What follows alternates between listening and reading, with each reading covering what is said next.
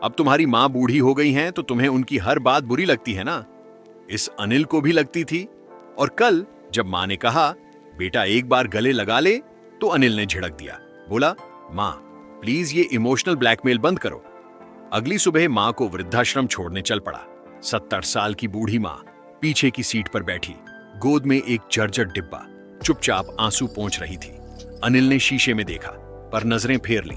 फिर अचानक गाड़ी खराब हो गई। माँ के हाथ से डिब्बा गिरा। अनिल ने देखा तो अंदर पिताजी की 13 साल पुरानी चिट्ठी थी। पढ़ना शुरू किया। बेटा ये औरत तेरी असली माँ नहीं है। लेकिन आगे जो लिखा था वो पढ़कर अनिल की आंखों से आंसू छलक आए। हाथ कांपने लगे, सांस रुक गई। तेरी असली माँ तो तुझे जन्म देते वक्त मर गई थी। तेरे बाप ने तुझे कूड़े में फेंक दिया था। ये सावित्री, इसने तुझे उठाया, दूध पिलाया, अपने खून पसीने की कमाई, सारे जेवर बेच दिए तेरी पढ़ाई के लिए। मेरे मरने के बाद अकेले तुझे पाला और आज तू।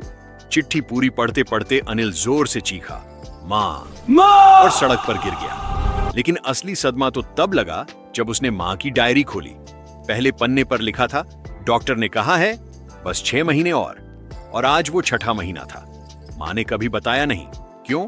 क्योंकि एक ऐसा राज जो जानकर तुम्हारे होश उड़ जाएंगे। पूरी कहानी जानने के लिए वीडियो पूरा देखो। वादा करता हूं आज तुम अपनी माँ को जरूर फोन करोगे। दोस्तों, वीडियो शुरू करने से पहले आप सभी से एक छोटी सी अपील है। अगर आप भी अपनी माँ से बहुत प्यार करते हैं तो इस वीडियो को एक लाइक जरूर करें और हमारे चैनल को सब्सक्राइब कर लें। साथ ही पास में दिए हुए बेल आइकन को भी दबा दें ताकि आगे आने वाली हर नई वीडियो की नोटिफिकेशन सबसे पहले आप तक पहुंच सके। बारिश की बूंदें खिड़की पर दस्तक दे रही थी, बिल्कुल वैसे ही जैसे सावित्री देवी का दिल उस पुराने घर की दीवारों पर दस्तक दे रहा था। आज उनकी अंतिम रात थी इस घर में, जिस घर में उन्होंने अपने पति रामनाथ के साथ 33 साल बिताए थे, जिस घर में उनके बेटे अनिल का जन्म हुआ था, जिस घर की हर ईंट में उनकी यादें समाई हुई थीं। 70 साल की सावित्री देवी अपने कमरे में बैठी थी। हाथों में एक पुरानी तस्वीर थी। तस्वीर में रामनाथ मुस्कुरा रहे थे, उनके कंधे पर छोटा अनिल बैठा था। 13 साल हो गए थे रामनाथ को गुजरे। 13 साल, कितना लंबा समय। फिर भी ऐसा लगता था जैसे कल की ही बात हो। माँ तैयार हो जाओ, सुबह जल्दी निकलना है। अनिल की आवाज दरवाजे से आई। आवाज में वो मिठास नहीं थी जो कभी हुआ करती थी। सावित्री देवी ने धीरे से जवाब दिया, हाँ बेटा। उन्हें कल आशियाना वृद्धाश्रम में छोड़ने की बात तय हो चुकी थी। अनिल और उसकी पत्नी प्रिया का कहना था कि मां की देखभाल के लिए अब उनके पास समय नहीं है। अनिल का बिजनेस बहुत बड़ा हो गया था। प्रिया को किटी पार्टियों और सोशल गैदरिंग्स में व्यस्त रहना पड़ता था। लेकिन सावित्री देवी को एक बात की तकलीफ नहीं थी। उन्हें तकलीफ थी उस चीज की जो वो अपने साथ ले जा रही थी। एक राज, एक सच जो उन्होंने 13 सालों से अपने सीने में दबा रखा था। सुबह की ठंडी हवा में अनिल की गाड़ी आशियाना वृद्धाश्रम की ओर बढ़ रही थी। पीछे की सीट पर सावित्री देवी चुपचाप बैठी थीं। उनकी गोद में एक छोटा सा सूटकेस और एक पुराना लकड़ी का डिब्बा था। माँ, वो डिब्बा क्यों लाई हो? वहां सब कुछ मिल जाएगा, प्रिया ने पलटकर पूछा। बस जरूरी है बेटी। सावित्री देवी ने डिब्बे को और कसकर पकड़ लिया। अनिल ने शीशे में माँ को देखा। एक पल के लिए उसे अपने बचपन की याद आई। कैसे माँ रोज सुबह 4 बजे उठकर उसके लिए टिफिन तैयार करती थी। कैसे पिताजी की मृत्यु के बाद माँ ने दिन रात एक करके उसकी पढ़ाई पूरी करवाई थी। लेकिन वो ख्याल उसने झटक दिया। अब हालात बदल गए थे। गाड़ी एक सुनसान रास्ते से गुजर रही थी। तभी अचानक इंजन से अजीब आवाज आई और गाड़ी रुक गई। शिट! अनिल ने स्टीयरिंग पर हाथ मारा। यह भी कोई वक्त है खराब होने का। प्रिया ने घबराकर इधर उधर देखा। अनिल, यहां तो कोई नहीं है, अब क्या होगा? सावित्री देवी चुपचाप बाहर देख रही थी। उन्होंने एक पुराने बरगद के पेड़ की ओर इशारा किया। वो देखो, वहां एक छोटा सा ढाबा है, शायद वहां कोई मदद कर सके। तीनों लोग ढाबे की ओर चल पड़े।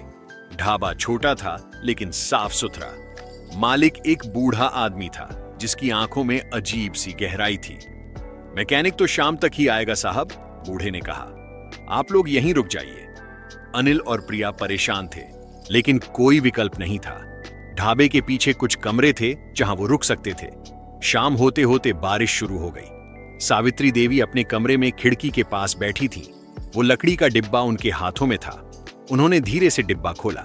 अंदर कुछ पुराने खत थे, एक डायरी थी और सबसे ऊपर एक पुरानी चिट्ठी थी जिस पर लिखा था, अनिल के लिए, तब खोलना जब मैं न रहूं। तभी दरवाजे पर दस्तक हुई। अनिल था। मां, अंदर आ सकता हूं? हां बेटा, आजा।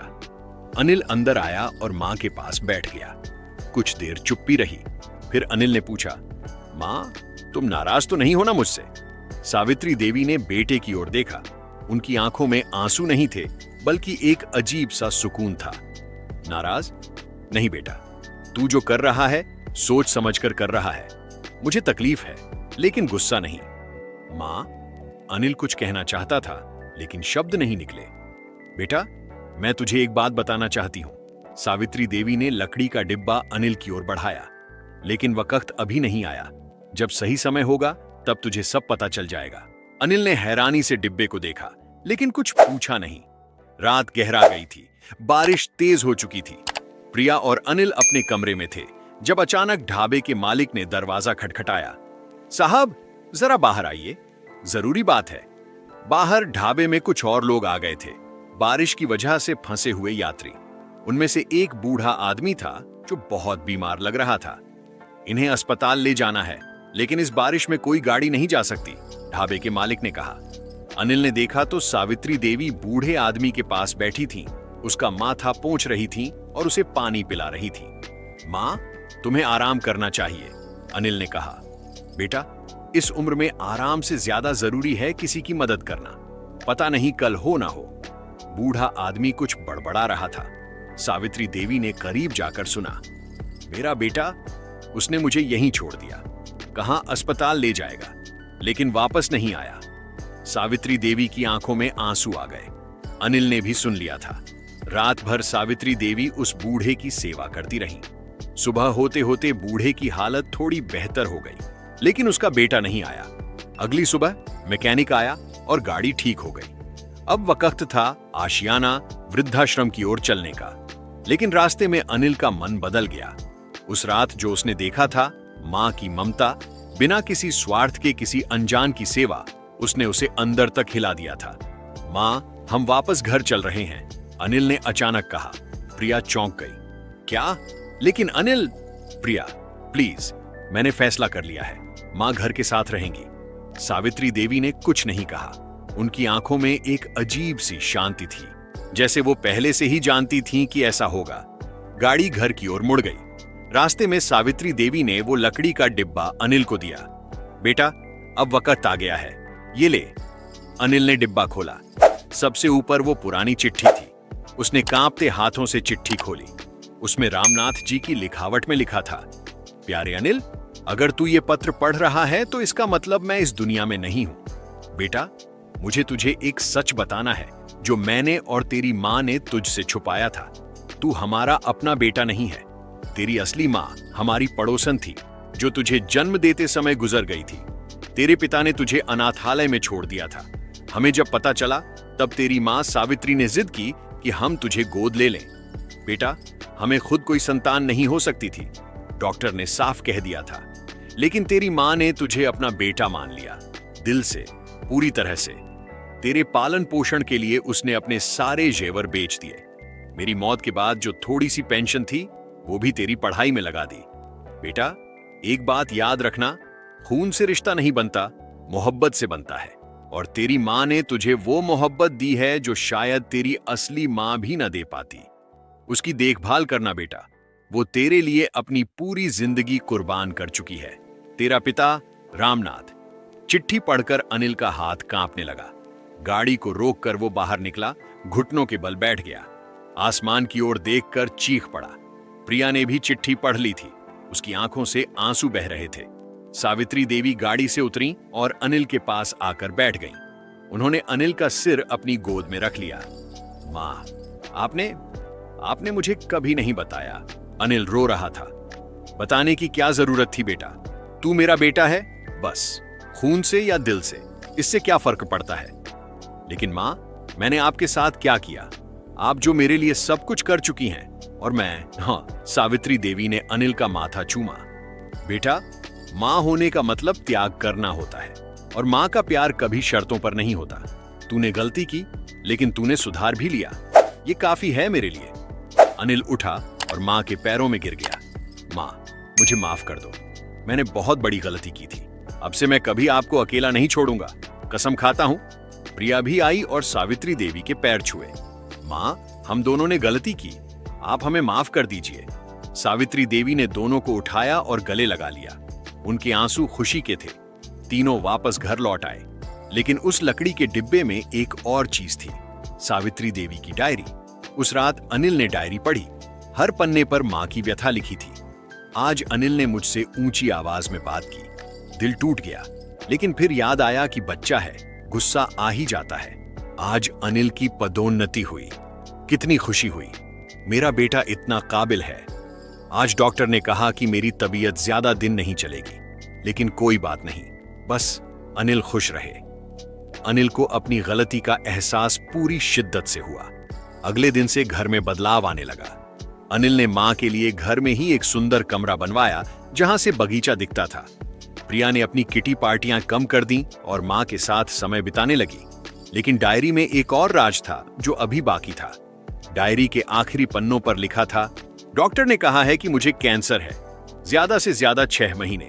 लेकिन मैंने अनिल को नहीं बताया, नहीं तो वो मुझे बोझ समझेगा या फिर जिंदगी भर अपराध बोध में जिएगा। मैं वृद्धाश्रम जाने को तैयार हो गई थी, क्योंकि वहां कम से कम अनिल पर बोझ नहीं रहूंगी। लेकिन भगवान ने चाहा कि अनिल खुद समझ जाए। अब मैं चैन से मर सकती हूं। अनिल ने जब ये पंक्तियां पढ़ी तो वो सीधे मां के कमरे में भागा। रात के 2 बज रहे थे।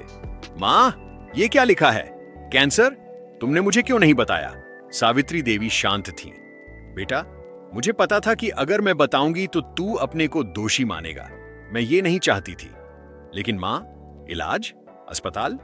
बेटा, डॉक्टरों ने कहा था कि अब कुछ नहीं हो सकता। मैंने अपना इलाज चुपचाप करवाया था, तेरे पिताजी की पेंशन के पैसों से।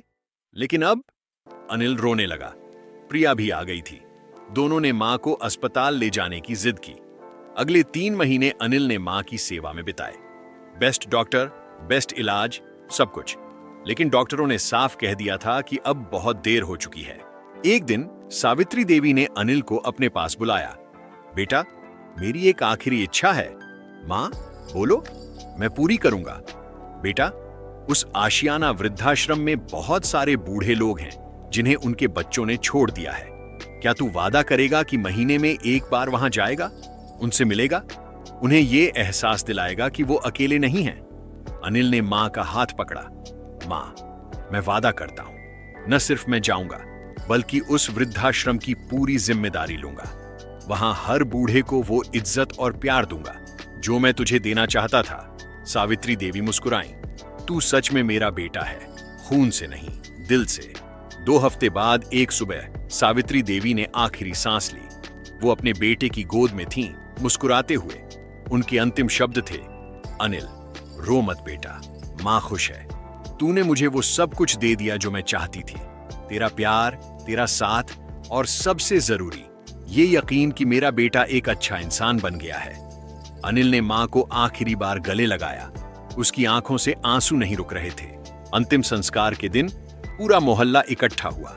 सबने सावित्री देवी की तारीफ की, कैसे वो सबकी मदद करती थीं, कैसे उन्होंने एक अनाथ बच्चे को अपना बेटा बनाया, कैसे उन्होंने अपनी पूरी जिंदगी दूसरों के लिए जी। उस दिन के बाद अनिल बदल गया। उसने अपना वादा निभाया। हर महीने आशियाना वृद्धाश्रम जाता, वहां के बूढ़ों के साथ समय बिताता, उनकी कहानियां सुनता, उन्हें अपनी कहानी सुनाता। उसने वृद्धाश्रम के लिए एक ट्रस्ट भी बनाया, सावित्री फाउंडेशन, जो बूढ़े माता पिता की देखभाल करता था। 1 साल बाद अनिल और प्रिया को बेटा हुआ। उन्होंने उसका नाम रखा सावित्र, अपनी मां के नाम पर। और जब भी छोटा सावित्र पूछता, पापा, दादी मां कैसी थी, तो अनिल की आंखों में आंसू आ जाते। वो कहता, बेटा, तेरी दादी मां दुनिया की सबसे अच्छी मां थी। उन्होंने मुझे जिंदगी दी, प्यार दिया, और सबसे जरूरी, उन्होंने मुझे सिखाया कि इंसान बनने का मतलब क्या होता है। और फिर अनिल अपने बेटे को वो लकड़ी का डिब्बा दिखाता, जिसमें अब उसने अपनी मां की तस्वीरें, वो चिट्ठी और डायरी सहेज कर रखी थी। बेटा, ये तेरी दादी की अमानत है, इसे सहेज कर रखना, और हमेशा याद रखना, माँ का प्यार दुनिया की सबसे पवित्र चीज है। खून से रिश्ता नहीं बनता, मोहब्बत से बनता है। आज जब अनिल आशियाना वृद्धाश्रम जाता है तो वहां के हर बूढ़े उसे अपना बेटा मानते हैं। उसने वहां एक दीवार बनवाई है जिस पर लिखा है, माँ वो नहीं जो जन्म दे, माँ वो है जो पाल पोस कर इंसान बनाए। खून का रिश्ता तो बस एक बहाना है, असली रिश्ता तो मोहब्बत से बनता है।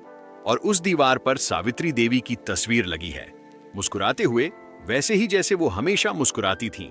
उस तस्वीर के नीचे एक और पंक्ति लिखी है जो सावित्री देवी ने अपनी डायरी में लिखी थी। मैंने अपने बेटे को जन्म नहीं दिया, लेकिन उसे अपनी सांसों से पाला। खून से नहीं, मोहब्बत से बनाया रिश्ता, और ये रिश्ता किसी भी रिश्ते से बड़ा है। कभी कभी अनिल रात को जागता है, माँ को ढूंढता है, फिर याद आता है कि माँ अब नहीं है। लेकिन फिर वो अपने बेटे सावित्र को सोते हुए देखता है और समझ जाता है कि माँ हमेशा उसके साथ है, उसकी सीख में, उसके संस्कारों में, उसके दिल में। और हर साल सावित्री देवी की पुण्यतिथि पर आशियाना वृद्धाश्रम में एक विशेष कार्यक्रम होता है। वहां के सभी बूढ़े माता पिता को उनके बच्चों से मिलवाया जाता है। जो बच्चे नहीं आते, उनकी जगह अनिल और उसका परिवार भरता है, क्योंकि अनिल ने सीख लिया था, माँ बाप की सेवा सिर्फ फर्ज नहीं, सौभाग्य है। और जो इस सौभाग्य को गंवा देता है वो जिंदगी भर पछताता है। सावित्री देवी चली गई, लेकिन उनकी मोहब्बत, उनका त्याग और उनकी सीख हमेशा के लिए अमर हो गई। माँ, वो शब्द जो सिर्फ 3 अक्षर का है, लेकिन उसमें पूरी दुनिया बसी है। माँ का प्यार कभी नहीं मरता, वो हमेशा अपने बच्चों के दिलों में धड़कता रहता है। दोस्तों, अगर आपको यह कहानी अच्छी लगी हो तो वीडियो को लाइक जरूर करें और कमेंट में आई लव माई माँ जरूर लिखें। मिलते हैं फिर से एक और दिल को छू लेने वाली कहानी के साथ। धन्यवाद।